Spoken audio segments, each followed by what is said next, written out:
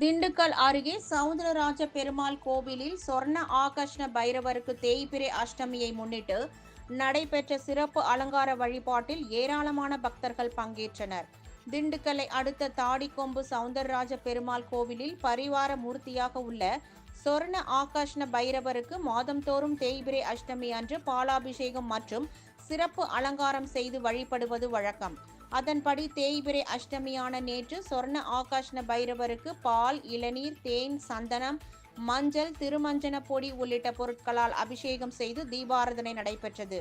ராஜ அலங்காரத்தில் அருள் பாலித்த சொர்ண ஆகாஷ்ண பைரவரை ஏராளமான பக்தர்கள் நீண்ட வரிசையில் காத்திருந்து தரிசித்தனர்.